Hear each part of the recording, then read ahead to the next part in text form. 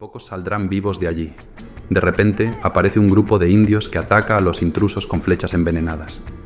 Herrera acudió presto a echar la silla a su caballo, y no tuvo tiempo, porque le hirieron de 5 o 6 flechas, y una de ellas por la boca, cuenta Fernández de Oviedo.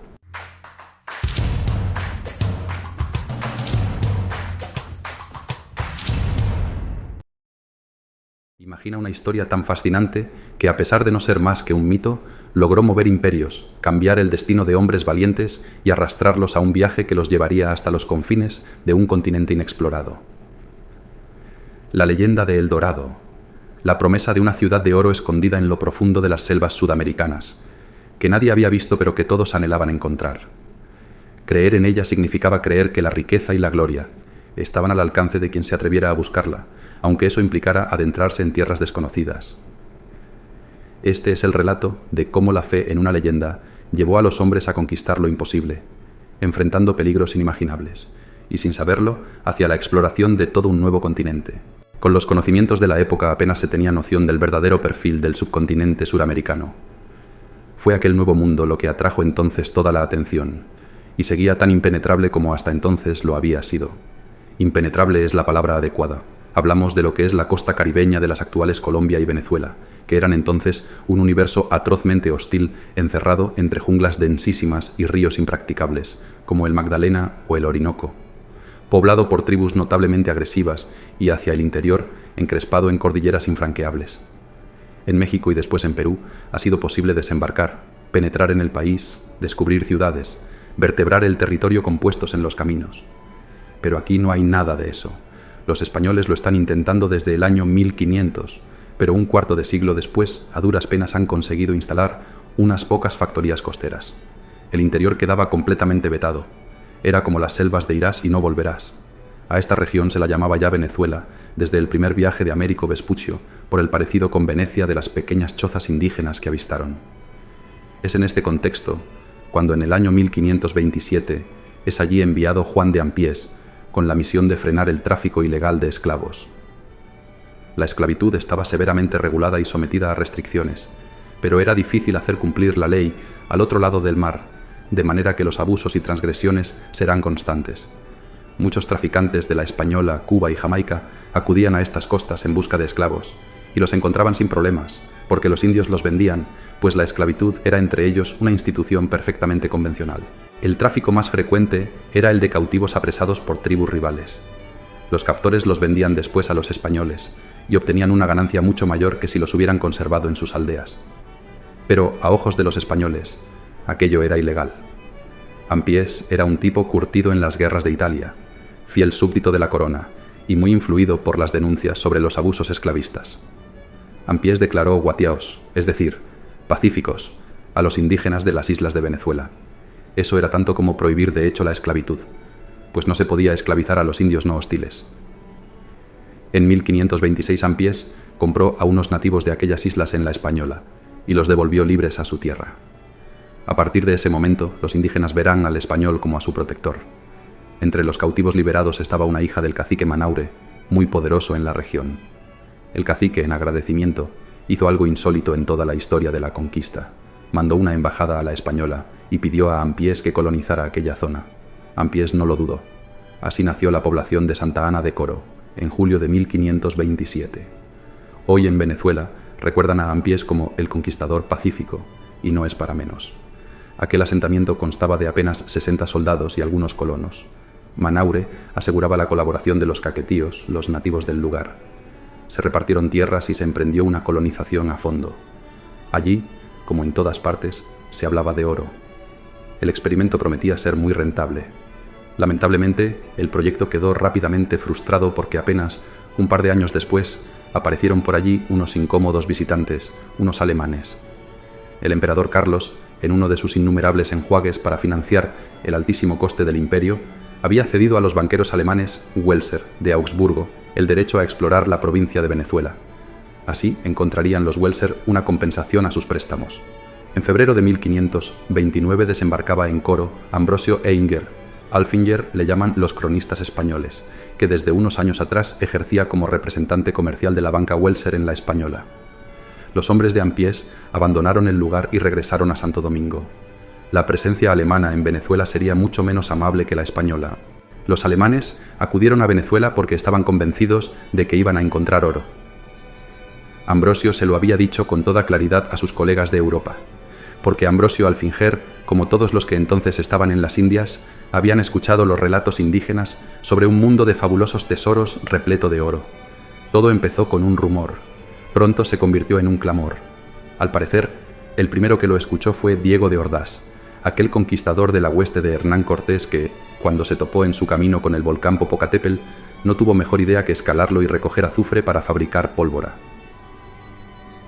Es Ordaz el primero que oye hablar a un indio de los tesoros del río Meta, en las profundidades de los llanos colombianos, y casi al mismo tiempo Belalcázar, uno de los hombres de Francisco Pizarro, recibe la confidencia de El Dorado también de boca de un indio. ¿En qué consistía exactamente ese secreto? Los cronistas nos han legado distintas versiones. Todas coinciden en lo esencial. La leyenda que aquellos indios contaron a los españoles pudo ser algo parecido a esto. Más allá de las montañas hay una región en la que abunda el oro. Se llama Meta. Hay una gran ciudad toda de oro, a la que llaman Manoa. Sus tejados de oro relumbran bajo el sol, y el fulgor se divisa desde lejos. El cacique de esa ciudad es el hombre dorado, que lo llaman así por la enorme cantidad de oro que posee, y porque todo él se recubre de polvo de oro para bañarse en una laguna. La noticia corre como la pólvora por todo el continente. Por todas partes se buscará El Dorado. ¿Era posible creer aquello? En el año 1500 sí. Las referencias culturales de los europeos eran la Biblia, las fuentes grecolatinas y la literatura bajomedieval, sobre todo los viajes de Marco Polo. En ese repertorio, los relatos sobre ciudades repletas de oro son cosa común.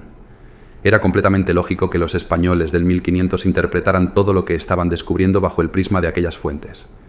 El nombre de las Antillas y de los indios caribes proviene de fuentes medievales. Cuando Ponce de León conquista la Florida, se habla de la Fons Juventutis, la fuente de la eterna juventud. Esas son las leyendas que calientan las orejas de los conquistadores. Y son especialmente intensas en el sur del continente. Según la versión de la leyenda que cada cual reciba, los conquistadores buscarán a un hombre, una región o una ciudad, y lo buscarán por todas partes, por la sabana de Bogotá, por los llanos de Venezuela, en las fuentes del Orinoco, en las selvas de las Guayanas. Basta ver un mapa para darse cuenta de la locura. Aquella gente se puso a rastrear un territorio varias mayor que la península ibérica. Pero ¿por qué los conquistadores otorgaron tanto crédito a la leyenda? Porque por todas partes recibían la misma información. Y también porque era creíble. ¿No portaban todos esos indígenas numerosos objetos de oro? No trataban el oro como un simple adorno, como algo que para ellos careciera de valor. Los indios se repiten unos a otros la misma historia. Los españoles hacen lo mismo. Pronto es una obsesión. Las páginas de los cronistas son elocuentes. Y estos caribes decían que tierra adentro estaba una provincia llamada Meta. Decían aquellos caribes, mostrándoles oro y plata, que no había plata. Más que hallarían mucho oro, lo cogían en una sierra de la provincia de Meta, escribe Gonzalo Fernández de Oviedo. ¿Una quimera? No tanto. Ya hemos visto los formidables tesoros de oro que guardaban los incas. Todo ese oro, ¿de dónde había salido? Porque en el Perú no había minas conocidas hasta el momento, y si en territorio inca no había minas de oro, entonces El Dorado tenía que ser algo más que una fábula. Hacia el año 1530 ya hay una presencia estable en las costas de lo que hoy son Colombia y Venezuela. Es posible pensar en explorar metódicamente el interior. ¿Acaso Cortés no ha conquistado ya México? ¿Acaso Pizarro no está entrando en el Perú? Pero aquí no. Aquí falta un líder con esa decisión y esa fuerza. Y además, porque hay oro cerca. Los españoles pasan más tiempo peleando entre sí que asentando las ciudades que acaban de fundar. Inmersos en la dura naturaleza tropical, siempre agobiados por los insectos, las fieras, la humedad y el calor, en un lugar donde las corazas y las armas se oxidan a toda velocidad, donde la pólvora se moja, rodeados de tribus fieras, muiscas, arahuacos, caribes, los españoles entraron por centenares en busca de oro y cayeron a mansalva persiguiendo una ambición que era una trampa mortal. Este de los indios es, junto a la naturaleza selvática del lugar, el otro gran problema de la zona. En México o Perú había imperios que conquistar, grandes unidades políticas con una estructura organizada. Derrotada esa estructura, cayeron los imperios y pudo sustituirse un poder por otro. Pero aquí, en las selvas de Colombia y Venezuela, no hay nada de eso.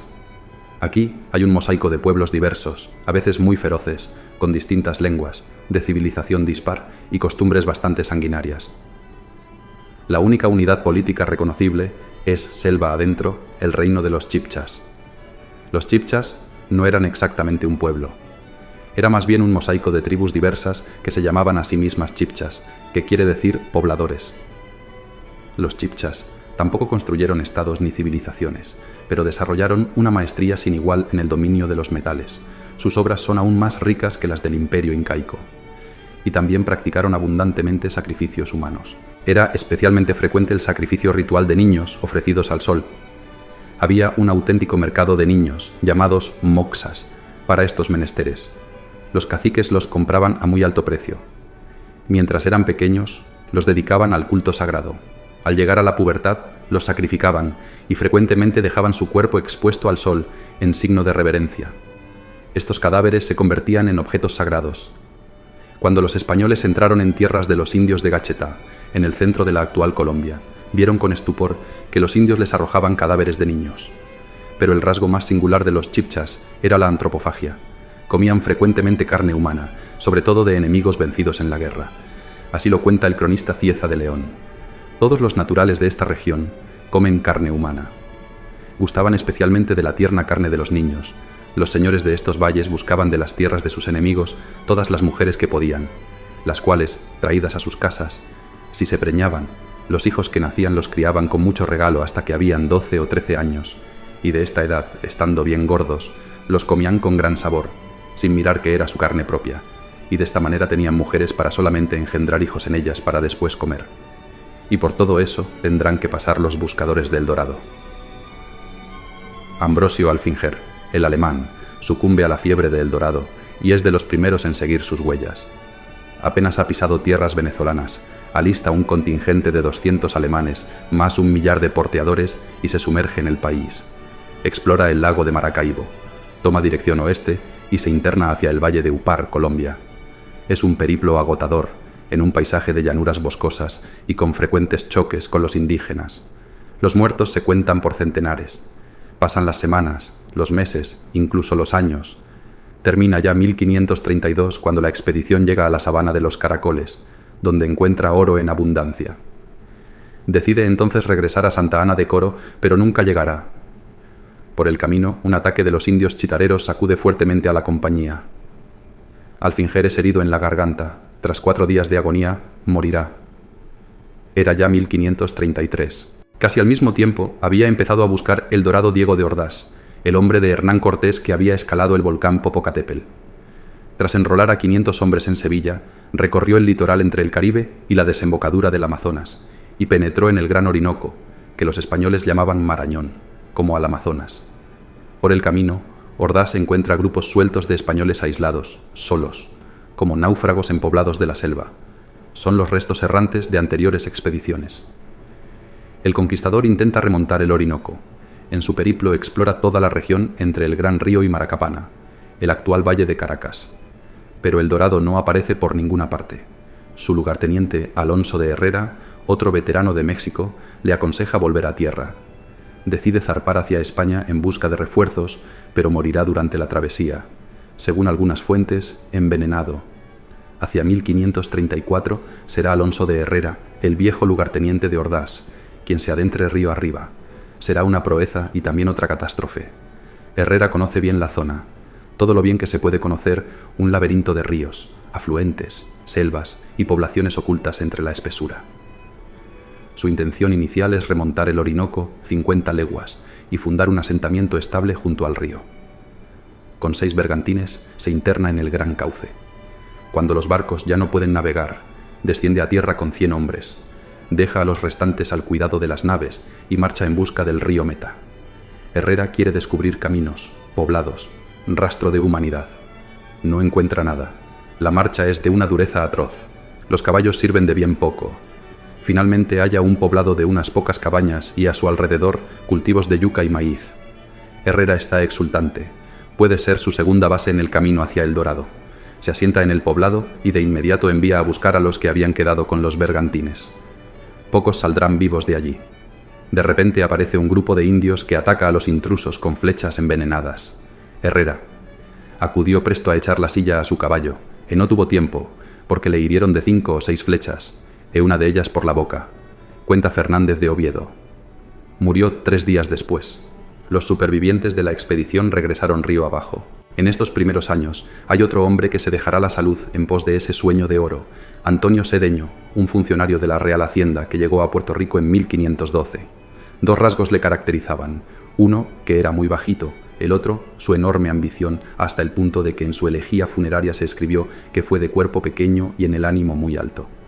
Sedeño iba a lo que iba, aún sin autorización emprende diversas exploraciones por el Orinoco, lo cual le crea continuos conflictos.